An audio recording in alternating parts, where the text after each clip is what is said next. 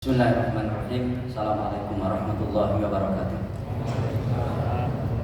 Alhamdulillahilladzi arsala rasulahu bil huda wa dinil haqq liyudhhirahu 'ala ad-dini kullihi wa kafa billahi shahida.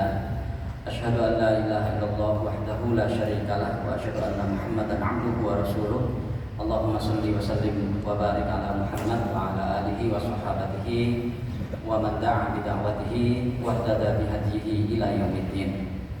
Para bapak, ibu, dan saudara-saudara sekalian, wabil khusus jajaran pengurus Yayasan Masjid Namira dan jajaran takmir Masjid Namira yang saya hormati, alhamdulillah kita bersyukur kehadirat Allah Subhanahu wa taala.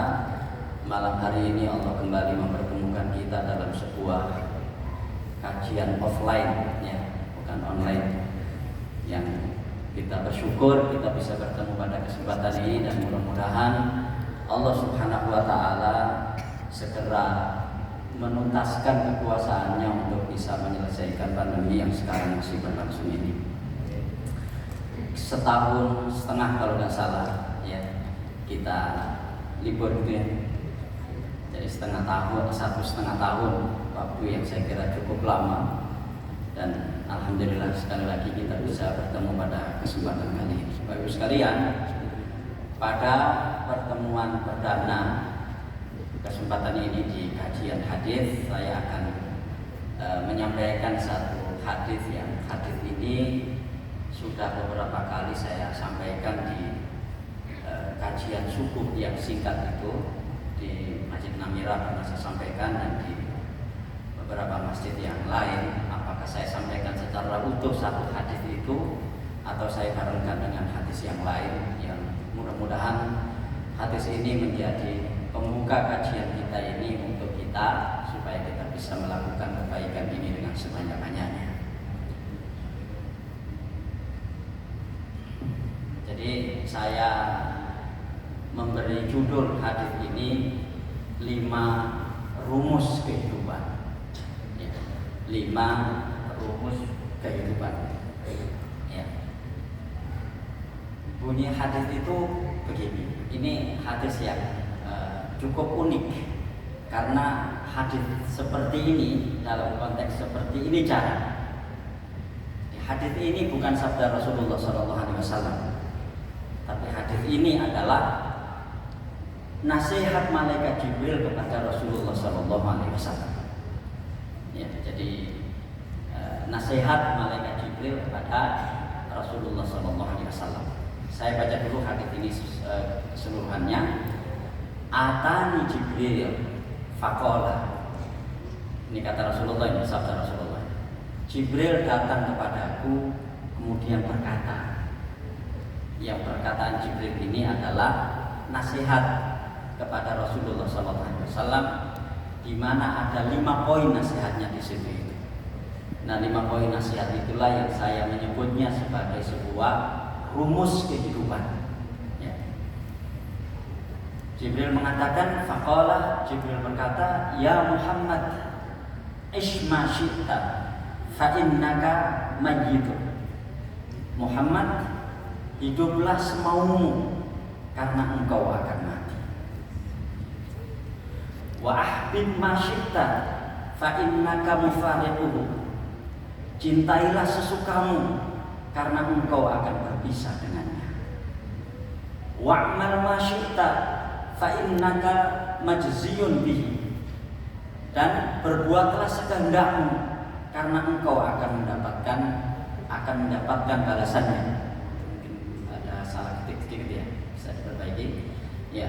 Jadi berbuatlah sekehendakmu karena engkau akan mendapatkan balasannya. Wa'lam anna syarafal mu'mini qiyamuhu bil-lail. Ketahuilah bahwa kemuliaan seorang mukmin itu ada di dalam qiyamul lailnya. Jadi kemuliaan seorang mukmin itu ada di dalam qiyamul lailnya. Wa izzuhu atau wa izzahu istighna'uhu 'anil nas. Dan wibawanya, artinya wibawa seorang mukmin itu adalah ketidaktergantungannya kepada manusia. Nah, sekalian, inilah yang kemudian saya sebut, mudah-mudahan saya tidak salah, sebagai sebuah 5 rumus kehidupan. Pertama-tama hadis ini diriwayatkan oleh seorang sahabat yang muda belia waktu Rasulullah masih hidup. Sahabat itu bernama Sahal bin Sa'ad As-Sa'idi. Sahal bin Sa'ad As-Sa'idi nama sahabat tersebut. Nah, dalam bahasa Arab Sahal itu artinya muda. Ya, Sahal itu artinya muda. Nah, inilah satu di antara sekian sahabat yang namanya dirubah oleh Rasulullah SAW. Jadi kalau kita lihat ada seorang Yahudi yang masuk Islam, namanya Husain bin Salam, namanya dirubah oleh Rasulullah menjadi Abdullah bin Salam. Nah, ini salah satunya. Sebelum dia bernama Sahal, Sahal ini sebelum bernama Sahal, nama beliau sebelumnya adalah Huznun, dan huzn itu maknanya adalah kesedihan. Makanya oleh Rasulullah SAW dirubah nama beliau ini dengan Sahal yang artinya adalah kemudahan. Gitu. Sahal bin Sa'ad As-Sa'idi ini adalah satu di antara sekian sahabat dari Ansor. Bapaknya juga seorang sahabat, ya, namanya Sa'ad bin Malik. Sehingga ini papa anak ini menjadi sahabat Rasulullah SAW. Ketika Rasulullah wafat, sahabat ini usianya baru 15 tahun. Jadi ketika Rasulullah ini wafat, ya, usia beliau itu baru 15 tahun. Tapi tahukah kita bahwa di usia itu beliau sudah ikut perang. Yang perang ini cukup mengharu biru waktu itu, yaitu perang Tabuk. Ya, perang yang cukup lama, ya kan? Karena harus mengepung benteng. Ya, selama sebulan penuh di bulan Ramadan itu mengepung benteng itu, dan terjadilah peperangan di sana, dan baru ditaklukkan oleh kaum muslimin pada bulan Syawal tahun 9 Hijriah. Artinya kalau Rasulullah itu wafat usia beliau itu 15 tahun, berarti beliau ikut di dalam perang Tabuk itu pada usia 14 tahun.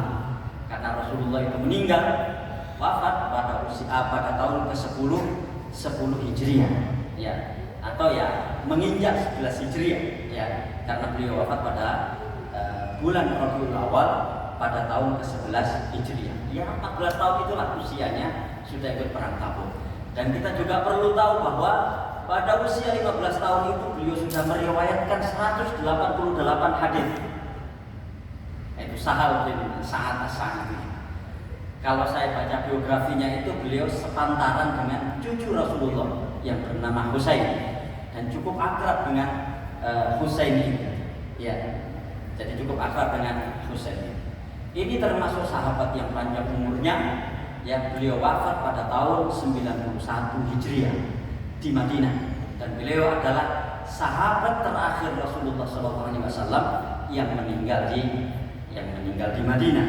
Jadi usianya 96 tahun. Beliau lahir pada tahun 8 dari kenabian.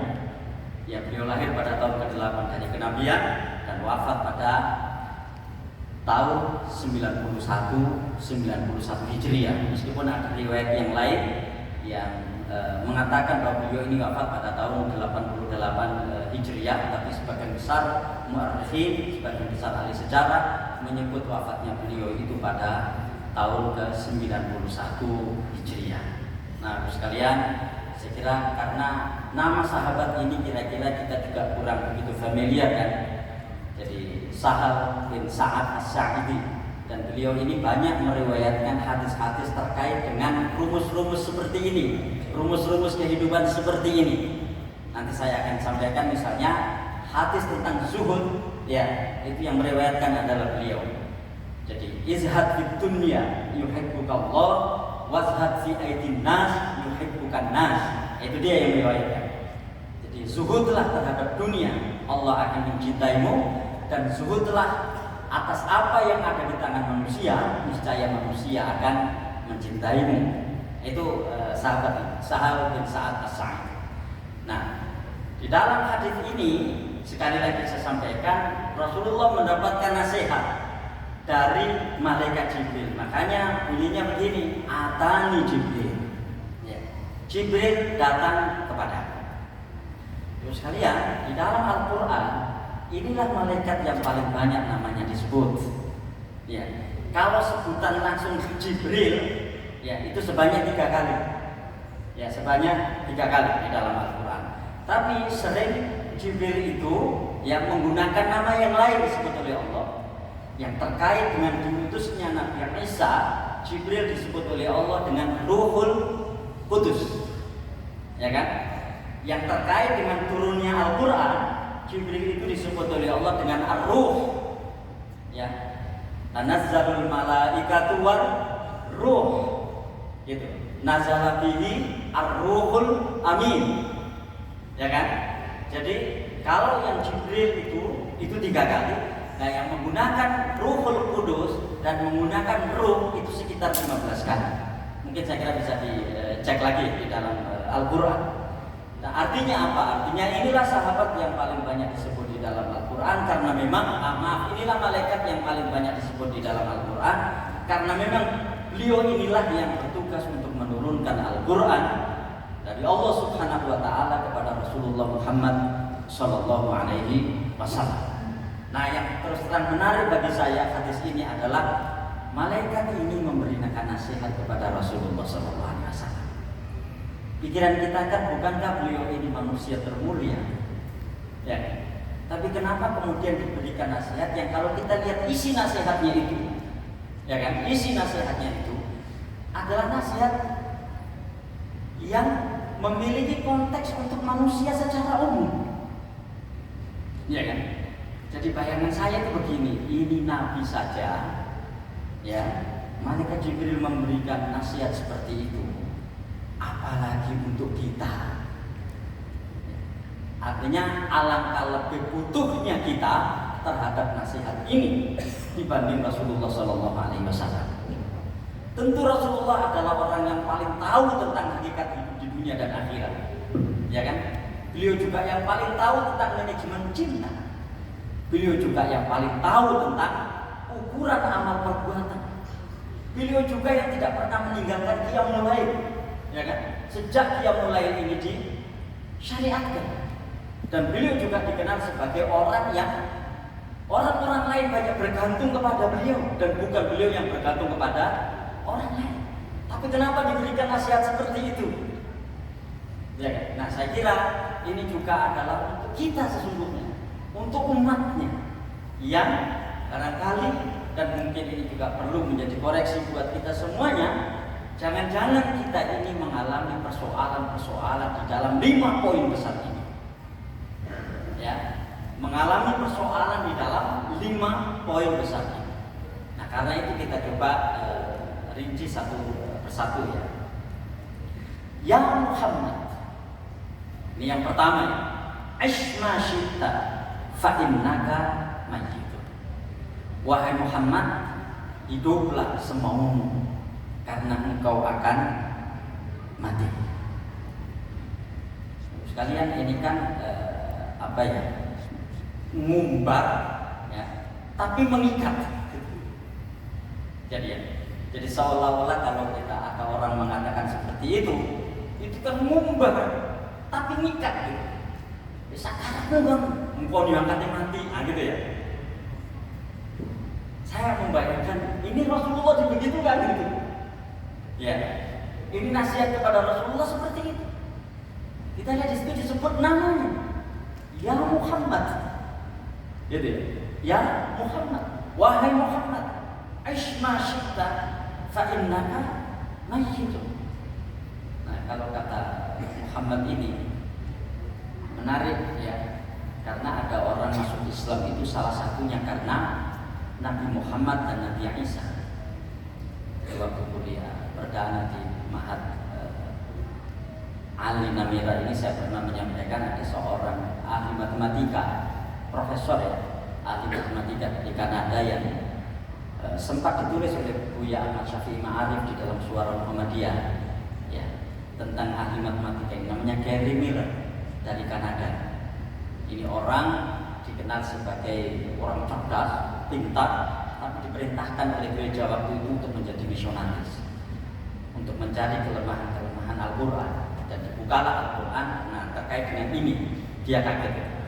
Al-Quran itu kan kitab yang diturunkan oleh Allah kepada Nabi Muhammad. Ya, dalam ini kita mestinya nama yang paling banyak disebut di dalam Al-Quran itu kan nama Muhammad. Tapi enggak, nama Muhammad di dalam Al-Quran itu cuma 5 kali. Sedangkan nama Isa itu 30 kali disebut oleh Allah Subhanahu wa Ta'ala. Jadi dia melihat objektivitasnya Al-Quran seperti itu. Harusnya kalau perempuan itu disebut di dalam Al-Quran, harus kan istrinya Muhammad atau ibunya Muhammad atau anaknya Muhammad, ya kan? Wong ini adalah Al-Quran, kitab yang diturunkan kepada Muhammad. Tapi yang disebut di dalam Al-Quran itu malah ibunya Nabi Isa. Bahkan ibunya Nabi Isa ini menjadi salah satu nama surat di dalam Al-Quran. Ya, surat yang ke-19, yaitu surat Maryam. Lalu situ kemudian pergolakannya agak panjang nih ceritanya, sampai kemudian dia masuk Islam. Nah, salah satunya karena Muhammad cuma disebut 5 kali. Ya, tapi Isa alaihissalam disebut oleh Allah Subhanahu wa Ta'ala di dalam Al-Quran sebanyak 30 kali. Baik, ya Muhammad aish ma syi'ta fa innaka mayyitun. Jadi hiduplah sesukamu karena sesungguhnya engkau akan mati. Nah, saya membayangkan dalam sekalian, mari nasihat ini kita arahkan pada diri kita sendiri. Fi uripo sakarepmu, kon ngono bakal mati. Ya. Nah, coba ini kita ulang dan kita sampaikan pada diri kita. Mungkin pas kita sendirian atau mungkin pas kita mulai, coba katakan ini pada diri kita sendiri. Karena ternyata naudzubillah min dzalik, banyak di antara kita sampai sekarang masih belum bisa mensikapi secara bijak antara kehidupan dunia dan kehidupan akhirat. Ya. Dan persoalan kita di situ. Ya, persoalan kita di situ. Lalu sekalian, di dalam Al-Quran itu kata dunia itu disebut sebanyak 115 kali. Persis sama dengan akhirat juga disebut 115 kali. Tapi lihat kenyataannya. Kenyataannya banyak orang yang memalingkan pandangannya ke dunia jauh lebih banyak dibanding memalingkan pandangannya ke akhirat. Ya, kan kenyataannya begitu. Ya. Nah, tentu mudah-mudahan bukan termasuk kita, mudah-mudahan kita termasuk yang seimbang sebagaimana jumlah kata yang disebut di dalam Al-Quran itu. Jadi ada buku yang dikarang oleh Dr. Muhammad Fuad Abdul Baqi. Mungkin kita kayaknya kalau punya buku itu bagus. Saya belum tahu apakah sudah diterjemahkan dalam bahasa Indonesia atau belum. Al-Mu'jamul Mufakhras li Al-Fadhil Qur'anil Karim. Ya, jadi ensiklopedia lafaz-lafaz di dalam Al-Quran. Nah, itu beliau menyebut dunia itu disebut di dalam Al-Quran 115 kali. Persis akhirat juga disebut di dalam Al-Quran sebanyak 115 kali. Nah, sehingga nasihat ini kemudian, ya sekalian, nasihat ini kemudian memberikan makna kepada kita tentang betapa pentingnya seorang mukmin memiliki keseimbangan dalam bab itu. Karena ternyata kenyataannya memalingkan pandangan ke dunia itu jauh lebih besar dibanding memalingkan pandangan ke akhirat. Orang lebih banyak ingat terhadap kehidupan daripada ingat kepada kematian. Ya kan? Karena ini kenyataannya. Dan mungkin ini juga termasuk kita semua. Gitu, ini juga termasuk kita semua. Padahal kalau kita lihat betapa Allah Subhanahu wa Ta'ala menghidupkan orang, itu sama lebih mudahnya dengan mematikan orang. Ya kan? Tidak kemudian mematikan orang itu lebih sulit bagi Allah dibanding menghidupkannya. Menghidupkan dan mematikan seseorang bagi Allah Subhanahu wa Ta'ala itu adalah pekerjaan yang sama mudahnya. Sehingga tidak ada orang yang bisa mengatakan, mati itu luwih repot timbangane uripku. Nggak bisa. Dan pandemi ini memberikan pelajaran kita dalam bab itu. Hari-hari ketika di bulan Juli, ya, di bulan Juni, Juli, ya, itu kan hampir grup-grup WhatsApp kita itu berisi tentang berita-berita kematian. Dan berita-berita kematian itu rata-rata sebagian besarnya adalah kematian-kematian yang kita tidak menduga sebelumnya bagaimana itu bisa terjadi. Artinya kalau Allah Subhanahu wa Ta'ala berkehendak, itu tidak sulit bagi Allah. Karena itu nasihat ini penting. Uripo sakan kon ngono bakal mati. Ya. Hiduplah sesuka, hiduplah semau. Ya. Engkau nanti juga akan mati. Ada orang yang begitu kena, nggak lama, nggak sampai 1 pekan meninggal. Tapi ada yang sampai berhari-hari dan kemudian Allah Subhanahu wa Ta'ala memberikan kesembuhan. Harusnya hal seperti itu memberikan pelajaran kepada kita. Itu poin yang pertama. Poin yang kedua, sekalian, di dalam Al-Quran itu Allah Subhanahu wa Ta'ala memberikan definisi kehidupan dunia dan kehidupan akhirat itu sama jelasnya. Sama tuntasnya. Tidak ada di antara dunia dan akhirat itu yang tidak tuntas penjelasannya di dalam Al-Quran. Dan penjelasan tentang dunia, penjelasan tentang akhirat di dalam Al-Quran, itulah yang kemudian menjadi persoalan bagi kita. Persoalannya adalah bahwa karena akhirat itu kita belum mengalaminya, maka kemudian perhatian kita kepada penjelasan Allah yang terkait dengan akhirat itu jauh lebih kecil dibanding penjelasan Allah Subhanahu wa Ta'ala yang terkait dengan dunia. Atau bahkan naudzubillah min dzalik, karena akhirat itu belum jelas, maksudnya kita belum mengalaminya, akhirnya ketidakjelasan kita untuk mensikapi kehidupan akhirat kita timpakan kepada ketidakjelasan kita untuk mensikapi kehidupan dunia. Ya kan? Padahal kalau kita lihat kehidupan dunia itu Allah Subhanahu wa Ta'ala memberikan pemaparan dengan berbagai macam cara. Ya kan? Ada yang begini, ya'lamu annamal hayatud dunya la'ibun wa lahun. Ya, ketahuilah kalian semuanya bahwa kehidupan dunia ini main-main. Ya, kehidupan dunia ini main-main dan penuh dengan hal-hal yang melengahkan. Surat apa itu? Al-Hadid ya, ayat yang ke-15. Ya, atau ya, ayat tentang kematian di surat Ali Imran ayat yang ke-285 itu, wa mal hayatud dunya illa mata'ul ghurur. Nah, Allah itu sudah mengatakan seperti itu, tapi kita mensikapinya lain. Kita anggap dunia ini sungguh-sungguh, kita anggap dunia ini segalanya, sampai kemudian kita belum ya sempat untuk memikirkan bagaimana kehidupan akhir. Nah, pada sekalian, sesungguhnya kalau kita mau bijak, harusnya kita sekarang ini bersyukur karena kita hidup di dunia, tapi kita masih bisa membayangkan akhirat dengan penjelasan-penjelasan dari Allah Subhanahu wa Ta'ala. Yang bayangan-bayangan pikiran kita tentang akhirat itulah yang memudahkan kita untuk memperbanyak ibadah kepada Allah Subhanahu wa Ta'ala. Kita harus bersyukur itu. Kita hidup di dunia, tapi kita masih punya kesempatan yang cukup untuk membayangkan akhirat, yang kemudian kita bisa melaksanakan ibadah-ibadah untuk kepentingan akhirat kita.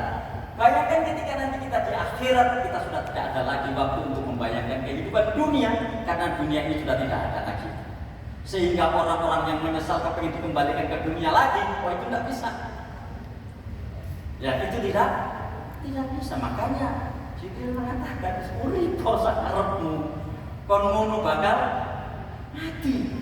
Apa yang kamu perjuangkan di dunia ini, apa yang kamu usahakan di dunia ini, apa dan seterusnya, kalau tidak ada hubungannya dengan akhirat sama sekali, itu tidak akan ada gunanya. Ngotot, jungkir balik, memfitnah orang, memberangus orang dan seterusnya, itu semuanya tidak akan memberikan guna bagimu ketika kamu sudah meninggal. Bahkan itu yang akan menyengsarakan.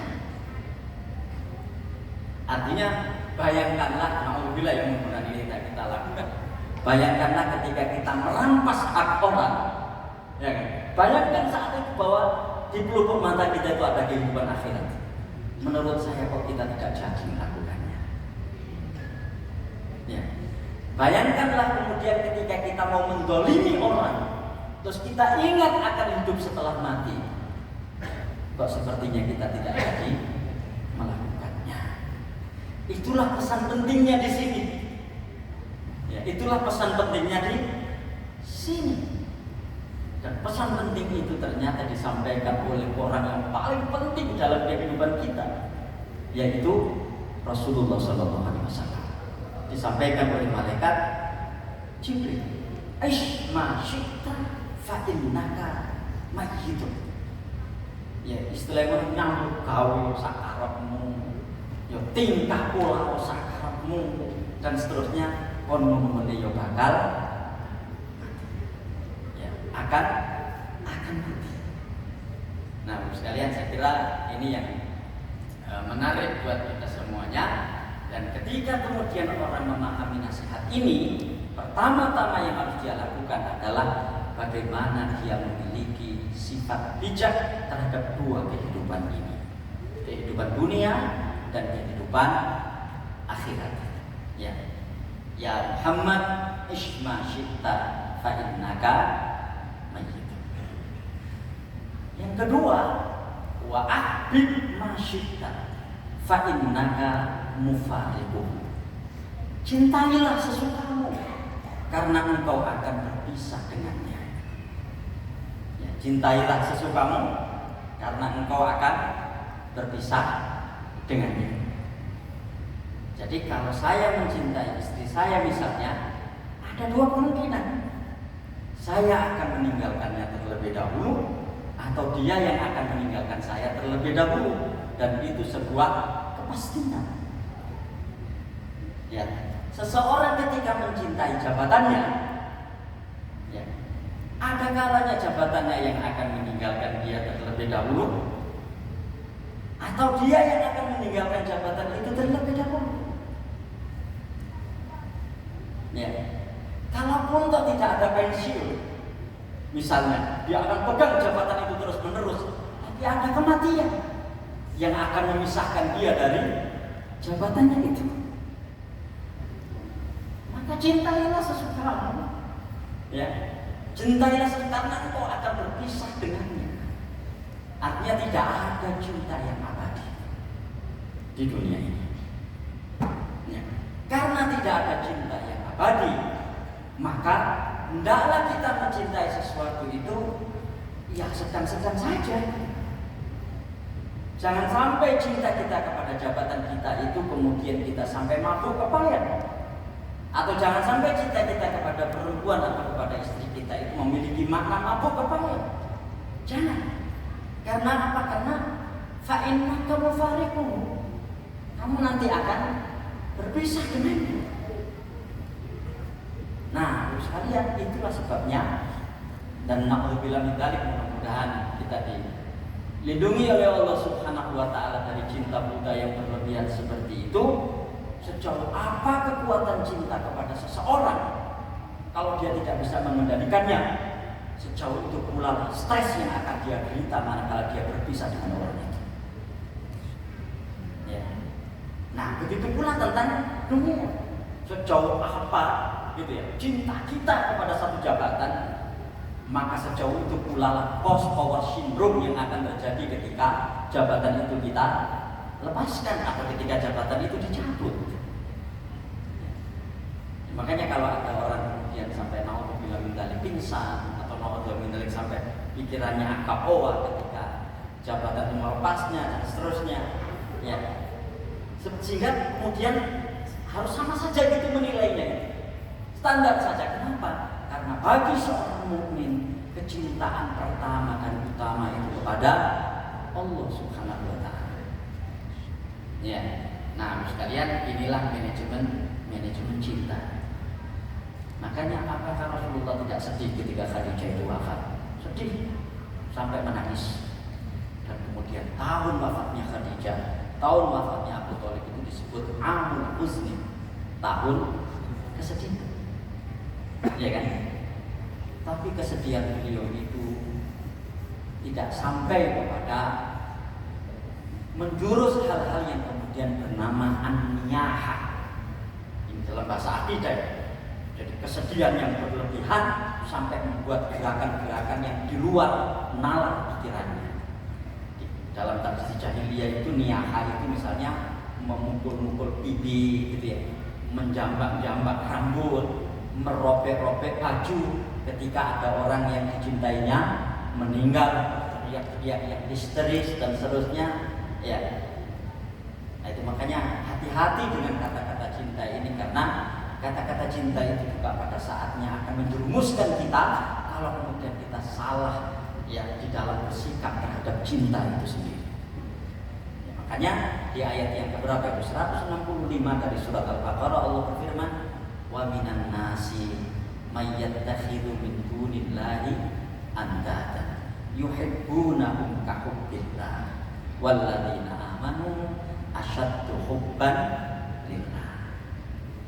Atau di ayat yang ke-31 dari surat Al-Imran, qul in kuntum tuhibbunallaha fattabi'uni yuhibbukumullah.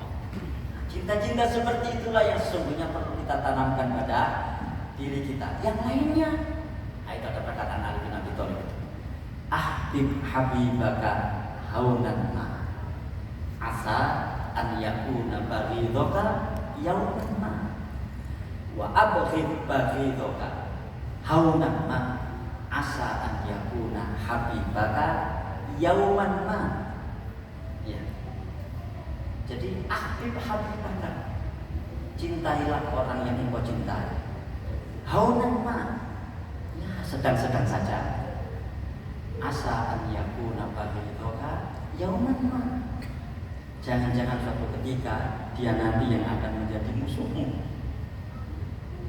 Wa abghid baghidaka haunan ma. Cintailah orang yang engkau bencilah orang yang engkau benci. Itu sedang-sedang saja.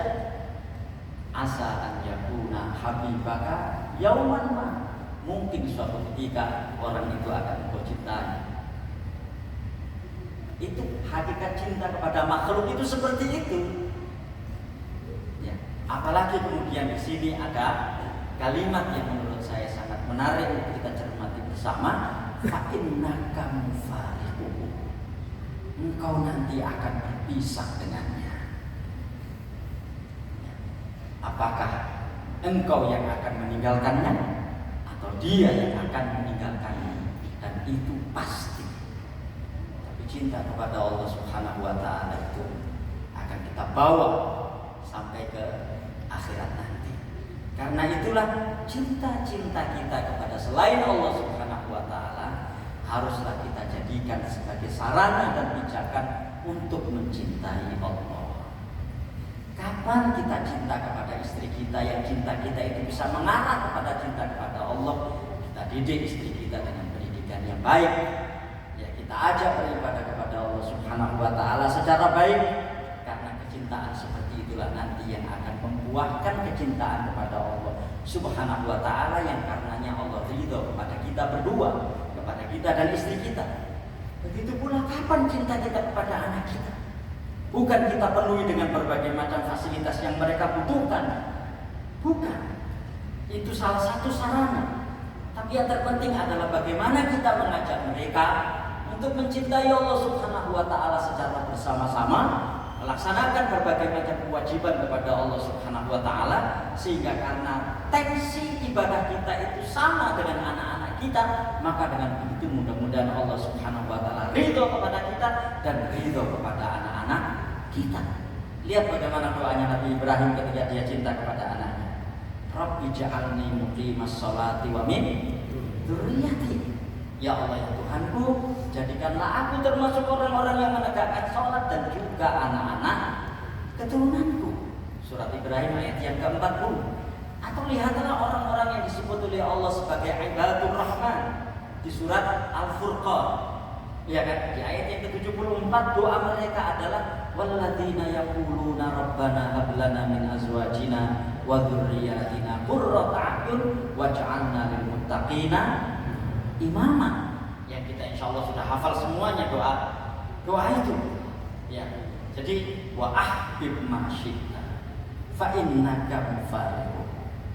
Cintailah sesukamu karena engkau akan berpisah dengannya. Sekalian, persoalan cinta ini mendasar. Kenapa? Karena anugerah cinta itu diberikan oleh Allah Subhanahu wa taala kepada semua makhluknya, wa terkhusus manusia. Tapi yang cinta secara syar'i, ya, itu hanya diberikan oleh Allah Subhanahu wa taala, hanya dimandatkan oleh Allah Subhanahu wa taala kepada manusia.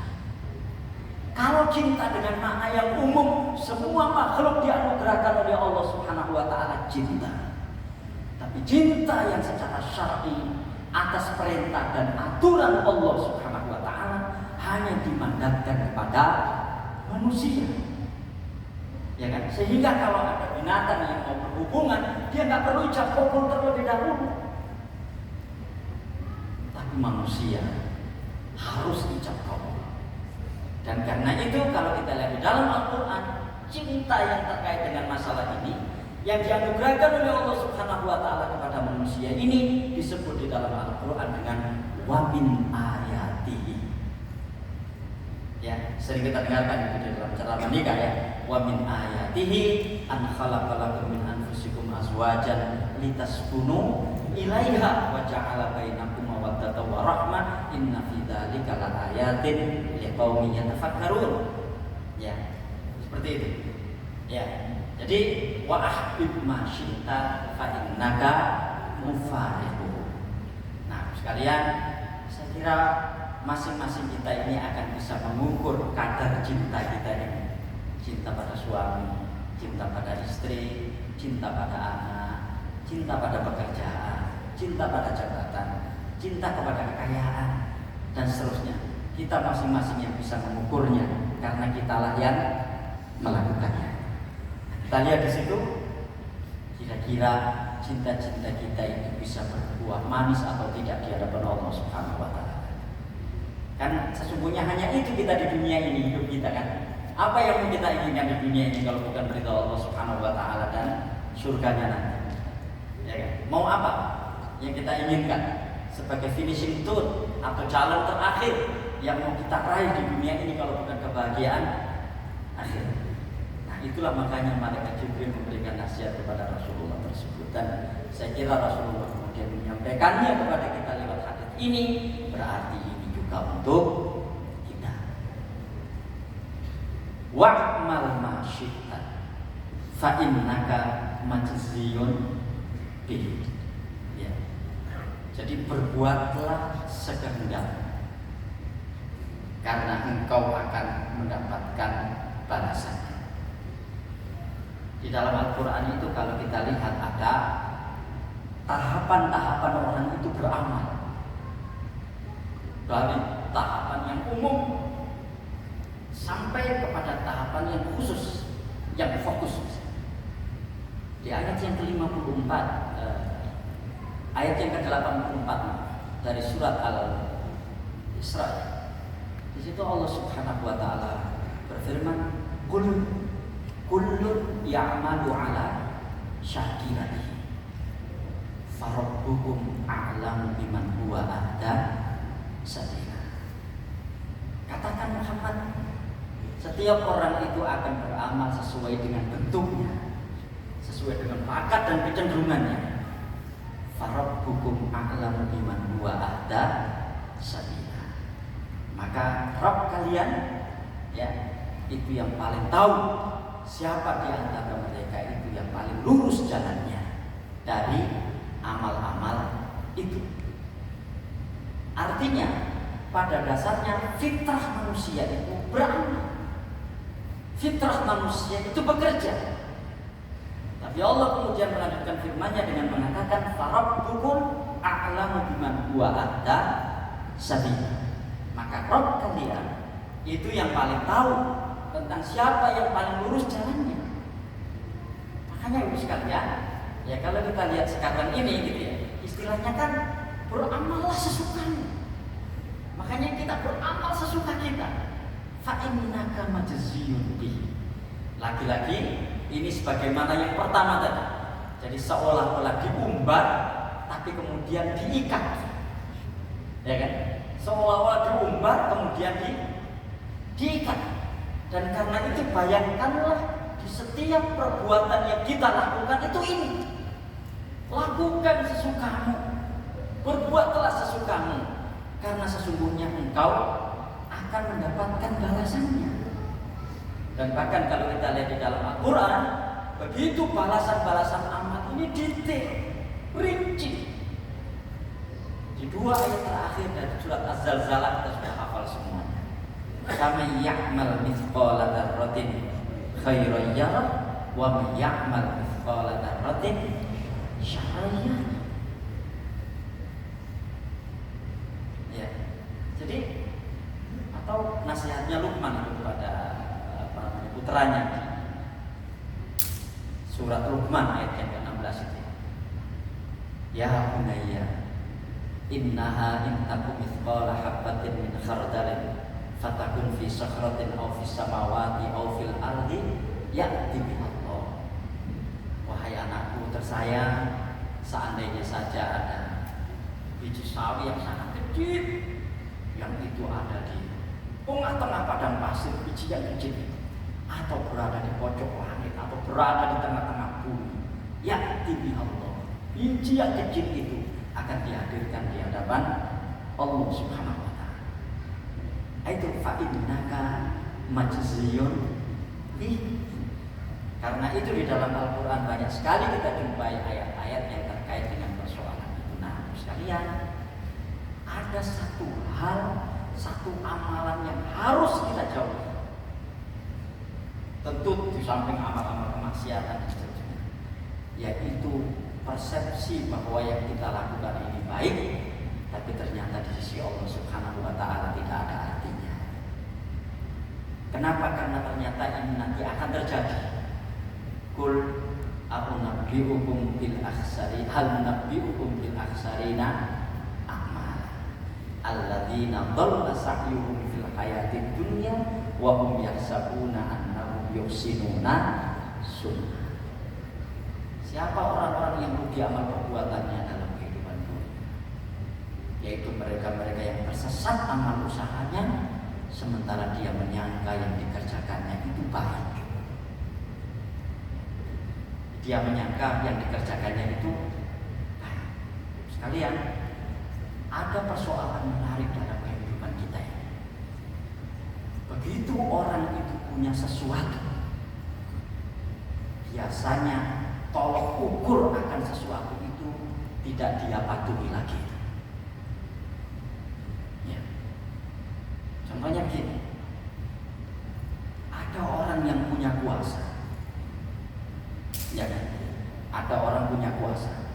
Tolok ukur dan parameter orang yang punya kuasa itu tidak boleh sewenang-wenang dengan kekuasaannya.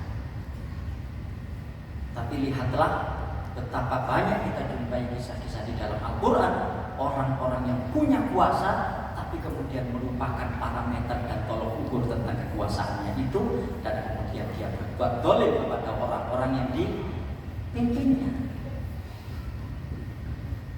Makanya kalau tidak salah saya pernah di kajian subuh pagi itu, yang kultum subuh itu, ketika Rasulullah ditanya tentang apa kebaikan itu, ya, maka Rasulullah menjawab, al-birru husnul khuluq. Kebaikan itu adalah akhlak yang mulia. Terus kalian punya akhlak yang mulia bagi orang yang punya sesuatu itu tidak gampang. Tidak gampang. Sehingga seringkali sopan itu dilakukan orang-orang miskin. Ya kan? Orang-orang kaya, alhamdulillah, mudah-mudahan bukan termasuk kita yang kaya ya, biasanya sudah mulai kehilangan kesopanannya. Kenapa? Karena dia merasa sudah punya. Nah, itu sebabnya kenapa ada perintah untuk mencintai fakir miskin, ya kan? Hubbal masakin. Supaya apa? Supaya standar akhlak kita itu tidak berubah. Apakah kita sedang berpunya ataukah kita sedang tidak berpunya. Jadi, dan itu persoalannya bukan sekedar di dalam amal perbuatan, sampai di dalam akhlak kita. Ya, sampai di dalam akhlak kita. Ini ada pertanyaan yang kita sendiri bisa menjawabnya. Ya, sendiri-sendiri. Kira-kira sama enggak sopan kita ketika kita bertemu dengan orang kaya dengan kita bertemu orang miskin? Artinya kalau kita bertemu dengan orang kaya, kita tundukkan kesopanan kita. Kemudian kita ketemu dengan orang miskin, kita tunjukkan kesewenang-wenangan kita. Itu artinya kita sudah melampaui batas. Sudah melampaui batas. Kalau kita lihat kan tanda-tanda kesopanan di dalam Jawa itu kan dengan agak menunduk gini gitu ya, tangan gini kan ketika lewat ya.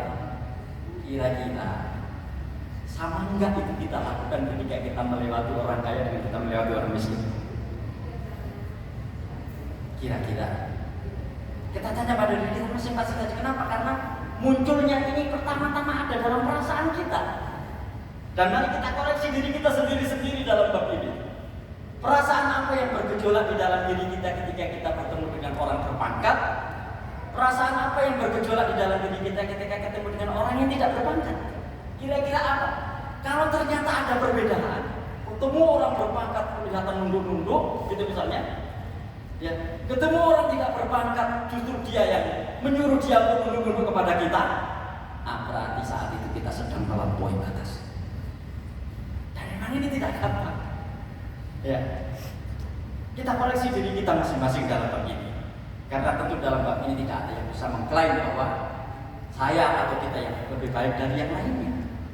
Kenapa Bapak sekalian ini penting? Karena seluruh amal-amal seperti ini fa'innaka majziyun bihi. Ya. Fa'innaka majziyun bihi, karena sesungguhnya engkau akan mendapatkan balasannya.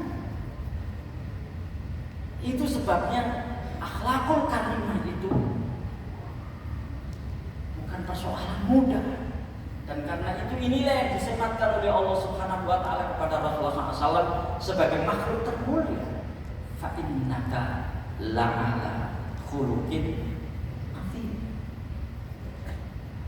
Dalam kasus kita banyak melihat ya, dalam peristiwa gitu ya, betapa sikap Rasulullah terhadap sahabat yang terkenal yang meninggal sama dengan sikap Rasulullah kepada seorang perempuan yang tugasnya menyapu masjid. Kita masih ingat kan kisah itu ya, Rasulullah sholat tiba-tiba tidak melihat orang itu, tanya pada sahabat, bagaimana orang itu kok tidak kelihatan, dia meninggal Rasulullah tadi malam. Rasulullah kemudian menyampaikan, kenapa kamu tidak membangunkan aku, tidak menyampaikan kabar kepada aku ketika orang itu meninggal? Akhirnya Rasulullah SAW kemudian minta dia untuk dudukkan di mana kuburannya, dan Rasulullah ke sana. Ya, bayangkan, mungkin bagi sahabat kan, mosok orang tukang nyapu masjid mati menengok Nabi dikandani kan gitu. Tapi lihat bagaimana contoh Rasulullah untuk itu kepada kita, bahwa parameter moral itu enggak beliau bedakan. Kenapa Bapak sekalian? Karena fa'innaka majziyun bihi, karena kamu ya akan mendapatkan balasannya. Nah, karena itulah saya kira sengaja hadis ini kita pakai untuk mengawali kajian kita. Ini mudah-mudahan ini nanti yang akan menjadi pijakan buat kita untuk kajian-kajian kita berikutnya, karena kita meyakini bahwa kajian-kajian seperti ini kan kita tidak ingin hanya sekadar menikmatinya. Kalau kita ingin mencari seorang ustadz dengan retorika yang jauh lebih dahsyat, lebih banyak, ya kan, yang dengan cara penyampaian yang lebih menarik, lebih banyak, gitu. Tapi insya Allah kita bukan di situnya, meskipun itu juga penting. Tapi kan bagaimana kita bisa melaksanakannya, watak khusus yang ceramah ini. Apa Bapak sekalian mengira bahwa yang ceramah itu kemudian tidak punya tanggung jawab terhadap apa yang dia ceramahkan? Wa'mal ma syi'ta fa innaka majziyun bihi. Yang kelima, nah ini kayaknya meloncat gitu ya untuk sebuah tema yang lain. Kalau tadi kan agak mirip gitu ya. Jadi hiduplah sesukamu karena engkau nanti akan mati. Cintailah semaumu karena engkau akan berpisah dengannya. Berbuatlah sekehendakmu karena engkau akan mendapatkan balasannya. Nah, inilah agak meloncat ini. Wa'lam anna syarafal mu'min qiyamu billail. Ya. Ingatlah sesungguhnya kemuliaan seorang mukmin itu adalah terletak pada qiyamul lailnya. Nah, baru sekalian, saya sangat-sangat meyakini bahwa ini adalah bagian dari kemuliaan, bukan secara keseluruhannya.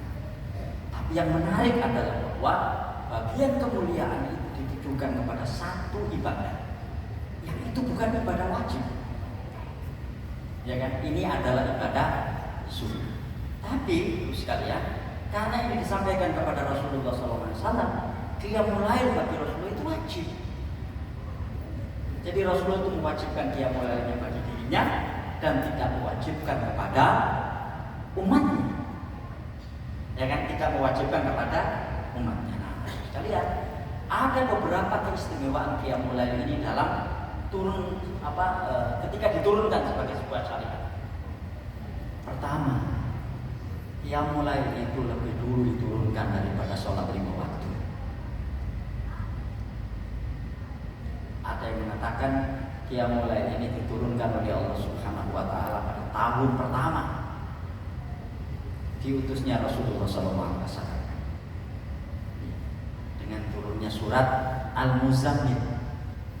Makanya Al-Muzammil itu Makkiyah, diturunkan ketika Rasulullah masih berada di Mekah. Ya ayyuhal muzammil qumil laila illa qalila nisfahu aw inqus minhu qalila aw zid 'alaihi wa rattilil qur'ana tartila inna sanulqi 'alaika qawlan tsaqila. Sementara salat 5 waktu itu diturunkan oleh Allah Subhanahu wa taala dalam peristiwa Isra dan Mi'raj yang itu terjadi pada tahun ke-10 dari kenabian setelah wafatnya Khadijah radhiyallahu anha dan wafatnya paman beliau yang bernama Abu Thalib. Ya, yang pertama. Yang kedua, sekali, qiyamul lail ini menarik. Ini ibadah yang unik. Kenapa? Karena ibadah ini dilakukan pada malam hari. Bahkan lebih baik dilakukan setelah tidur. Ya kan? Nah, karena setelah tidur itulah kemudian disebut di dalam surat Al-Isra itu dengan wa minal laili fatahajjat bihi nafilatan. Jadi orang itu ketika sholat tahajud bangun malam itu kemudian berwudu ya, terus sholat, kira-kira pikirannya itu sedang kotor atau sedang bersih? Sedang bersih. Bersih dari berbagai macam judul dalam kehidupan ini. Saat itulah dia sholat. Ya, saat itulah dia sholat. Ya. Terkait dengan qiyamul lail itu Allah berfirman, inna nasyi'atal laili hiya asyaddu waq'an wa aqwamu qila. Ya, asyaddu waq'an. Jadi paling fokus saat itu orang itu untuk mengatakan sesuatu. Wa aqwamu qila, dan perkataannya pun menjadi perkataan yang jauh lebih berharga, aqwam. Gitu. Jadi Allah Subhanahu wa taala mensifati salat tahajud itu dengan inna nasyi'atal laili hiya asyaddu waq'an wa aqwamu qila. Nah, sekalian, yang lebih penting dari itu semuanya, qiyamul lail itu kan salat yang hanya kita yang tahu. Ya mungkin istri kita atau mungkin anak-anak kita, karena mereka kan sudah terbiasa melihat kita qiyamul lail. Jadi tidak ada perasaan apa-apa di dalam diri kita. Artinya qiyamul lail atau sholat tahajud itu adalah ibadah yang tidak mengundang aplaus orang. Ya. Ibadah yang insya Allah bersih dari keinginan untuk mendapatkan pengakuan orang. Sementara ibadah-ibadah yang lainnya yang banyak kita lakukan ini adalah ibadah-ibadah publik, di mana ibadah-ibadah publik itu, ya kan, banyak orang melihat kita, dan ketika kita melakukan sesuatu yang orang itu banyak melihat kita, maka disitulah akan terjadi ketergodaan di dalam hati kita. Pasti itu, entah kecil atau besar. Dan tentu masing-masing akan tahu kadarnya sendiri-sendiri bagaimanakah ketergodaan hatinya ketika dia beribadah dan kemudian dilihat orang. Tentu yang kita inginkan mudah-mudahan standar kita tidak berubah, apakah kita sedang dilihat orang atau sedang tidak dilihat orang. Bahkan naudzubillah min dzalik, demi kepentingan tertentu sengaja orang itu beribadah untuk ingin dilihat orang. Ya kan? Sengaja orang itu beribadah untuk ingin diakui orang karena ada kepentingan-kepentingan lain yang dia inginkan. Sementara untuk dia mulai untuk sholat tahajud itu kan rahasia kita bersama Allah Subhanahu wa taala. Ya, rahasia kita bersama Allah Subhanahu wa taala, dan karena itulah kemudian banyak sekali keistimewaan qiyamul lail itu karena di sanalah kita face to face untuk bisa melakukan dialog dengan Allah Subhanahu wa taala sepuas hati kita. Dan karena keikhlasan yang demikian itulah, maka sesungguhnya kalau kita lihat betapa manusia itu kunci kemuliaannya itu ada di dalam keikhlasan ibadahnya kepada Allah Subhanahu wa taala. Itulah rahasianya qiyamul lail. Dan karena itu ini adalah rahasia kita dengan Allah Subhanahu wa taala. Maka kalau tidak ada keperluan yang mendesak, nggak perlulah kita cerita-ceritakan pada orang. Oh, ini tahajud itu biasa, bukan. Kalau sudah seperti itu, ya akhirnya nilai tahajud itu juga menjadi biasa. Kampung dok sing sebutan pun masih habis biasa kan. Kalau itu kita katakan, naudzubillah, akhirnya kita mendowngrade soal tahajud dari yang luar biasa itu menjadi biasa-biasa saja. Artinya sudah tidak ada nilai kemuliaannya lagi. Karena syaraful mukmin di sini, kemuliaan di sini pertama-tama adalah kemuliaan di sisi Allah Subhanahu wa taala. Sehingga biarkanlah Allah Subhanahu wa taala yang akan memberitahu makhluknya akan kemuliaan kita tanpa kita berkuar-kuar mengatakan kepada mereka tentang kemuliaan kita. Ya kan? Dan jangan sekali-kali kita takut manakala kita ingin diakui oleh Allah kemudian kita tidak diakui orang. Itu salah besar. Ketika Allah Subhanahu wa taala mengakui kita, dan mudah-mudahan itulah yang kita harapkan selama ini dari ibadah kita, perlahan-lahan manusia pun akan mengakui kita tanpa kita meminta pengakuan itu. Ya. Dan akhirnya kemudian Allah Subhanahu wa taala menganugerahkan kepada kita kebaikan-kebaikan yang disampaikan orang lain kepada kita. Nah, itu makanya inilah syaraful mukmin itu di situ. Ya, syaraful mukmin itu di situ. Kalaupun toh kebaikan-kebaikan itu tidak dilihat sekarang, nanti ketika kita meninggalkan dunia ini, ya Allah Subhanahu wa taala akan menginformasikan kebaikan-kebaikan itu kepada makhluknya. Dan betapa banyak kita jumpai hal seperti itu. Ya, betapa kita jumpai hal seperti itu. Ya, ada seorang sahabat yang tidak disebut namanya, kita masih ingat itu ya. Jadi ada seorang sahabat yang tidak disebut namanya ketika dia disebut oleh Rasulullah waktu itu ada Abdullah bin Umar waktu itu, ya Abdullah huwa fil jannah. Abdullah iku lho kon kepengin wong ahli swarga iku. Nah, iku itu siapa enggak disebut di dalam hadis. Abdullah bin Umar itu kemudian penasaran. Ya kan? Abdullah bin Umar ini kemudian penasaran sampai dia ingin menginap di rumah orang itu, dan kemudian dia menginap di rumah itu, menginap 3 malam di situ. Karena kalau dalam hadis itu kan inilah batas menginap yang dibolehkan. Setelah itu bayar loh, itu maksudnya mangan itu, itu maksudnya boleh suwe-suwe, gitu. Akhirnya setelah 3 malam itu dia mengatakan, wahai fulan, apa yang menyebabkan Rasulullah mengatakan kepadamu bahwa kamu itu perlu surga, sementara yang kita lakukan ini juga sama-sama saja.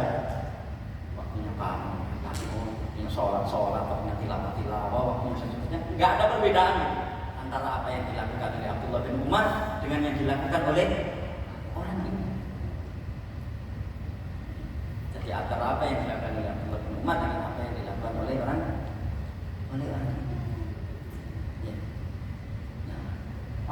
dia nanya, sampai akhirnya dia mau memberitahu, tapi dengan catatan. Ya, dengan catatan. Pertama, jangan beritahu kepada siapapun tentang ini sebelum nanti saya meninggal.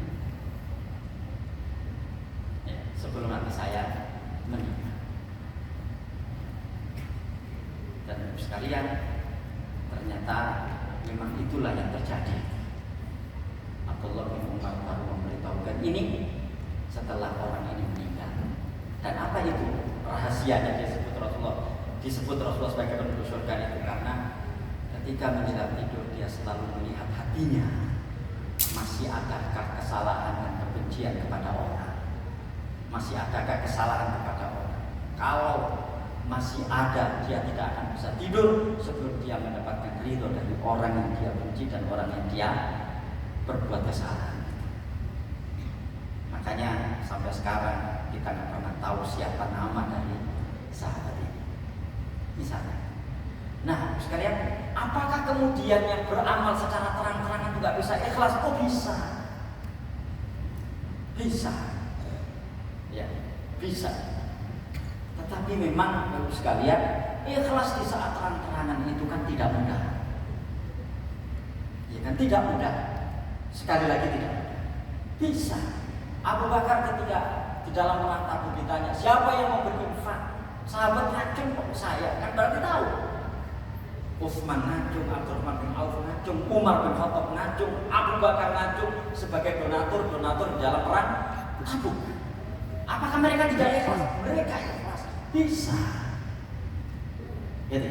Cuma memang mengatur hati supaya ikhlas di saat terang-terangan, mohon maaf ini, itu relatif lebih sulit dibanding mengatur hati untuk tetap ikhlas di saat dalam kondisi sepi. Ya kan? Buktinya sudah kita atur sedemikian rupa hati kita itu, ya kan? Di dalam kondisi sepi itu supaya kita ikhlas. Jebol juga akhirnya kita beritahu kepada orang dalam rangka menyombongkan diri. Na'udzubillah. Makanya wa'lam anna syarafal mu'mini qiyamuhu billah. Yang kelima, nah ini sangat terkait dengan komunikasi antar orang. Ya, kalau yang keempat tadi komunikasi antar kita dengan Allah Subhanahu wa taala, ini komunikasi antar orang. Apa? Wa izzahu, ya, istighna'uhu 'anil nas. Dan wibawanya adalah ketidaktergantungannya kepada manusia. Makanya sekalian, kita diperintahkan untuk jangan gampang-gampang bergantung kepada orang. Sehingga aspek-aspek pekerjaan yang menyebabkan bergantung kepada orang itu kita minimalisir sedemikian rupa. Jangan sampai kita menggadaikan harga diri kita, ya kan? Karena ketergantungan kita kepada orang.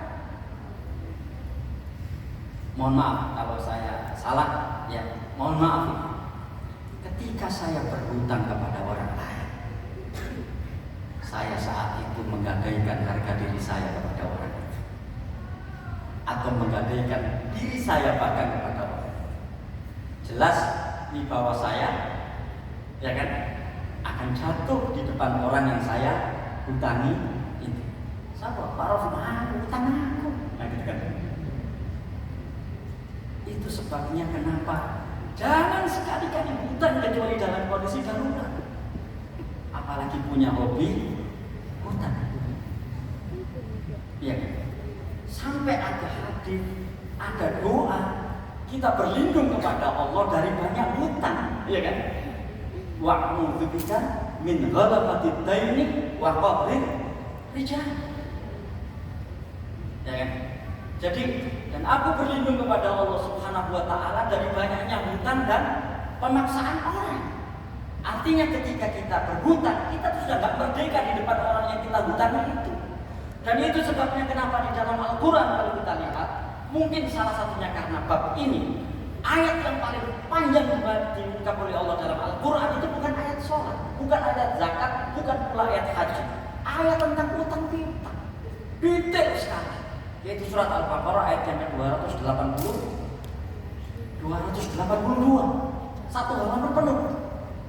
Itu ayat tentang hutang. Dan Bapak Ibu sekalian, negeri kita ini tidak punya wibawa di depan bangsa lain. Salah satunya karena banyak utang.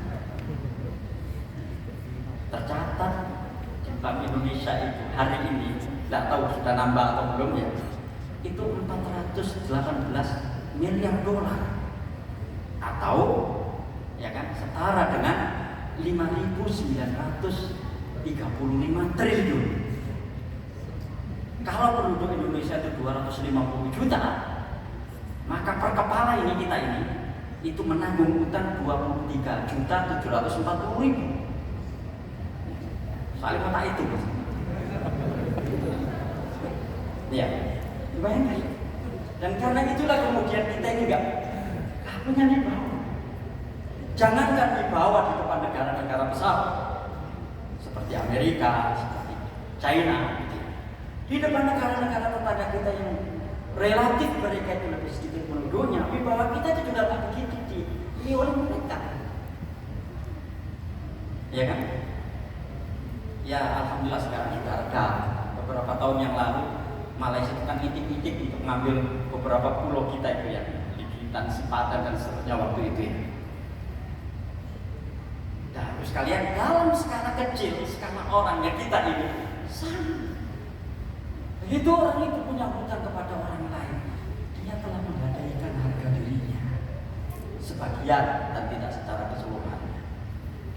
Dan karena itulah kemudian kenapa sampai kita diajarkan oleh Rasulullah SAW doa untuk terbebas dari hutang. Dan Rasulullah mengecam kepada orang-orang yang sudah waktunya bayar hutang dan dia bisa bayar hutang, kemudian dia tidak membayar hutang. Ya kan? Kan di dalam hadis begitu. Dikecam oleh Rasulullah orang seperti itu. Itu kan pada dasarnya seorang mukmin itu hutang itu bukan menjadi rencana kerjaannya. Tapi kemudian di jalan ada masalah, ada kebutuhan mendesak, tidak bisa mencukupi ini itu dan seterusnya, akhirnya hutang itu terpaksa. Ya kan, terpaksa saya hutang dan kemudian dia berusaha sekuat tenaga untuk mencari agar bisa segera mengembalikan. Apakah terus gak boleh hutang? Boleh. Ya kan, tidak ada larangan berhutang, tidak ada. Cuma itu jangan masuk di dalam rencana kerja kita. Ya, wis ono kesengajaan untuk hutang karena ikut di dalam peribahasa hidup tanpa hutang bagaikan langit tak berbintang. Ya, wa issuhu istighna'uhu 'alan nas. Dan wibawanya adalah ketidaktergantungannya kepada manusia. Bahkan kalau kita lihat ada satu ayat ini tidak ada satupun orang muslim kecuali hafal ayat ini. Allahus Somad. Allah itu zat tempat bergantung. Nah, karena merasa ketercukupannya atas anugerah Allah Subhanahu wa taala, itulah maka orang itu tidak bergantung kepada Allah, tidak gampang-gampang bergantung kepada orang lain.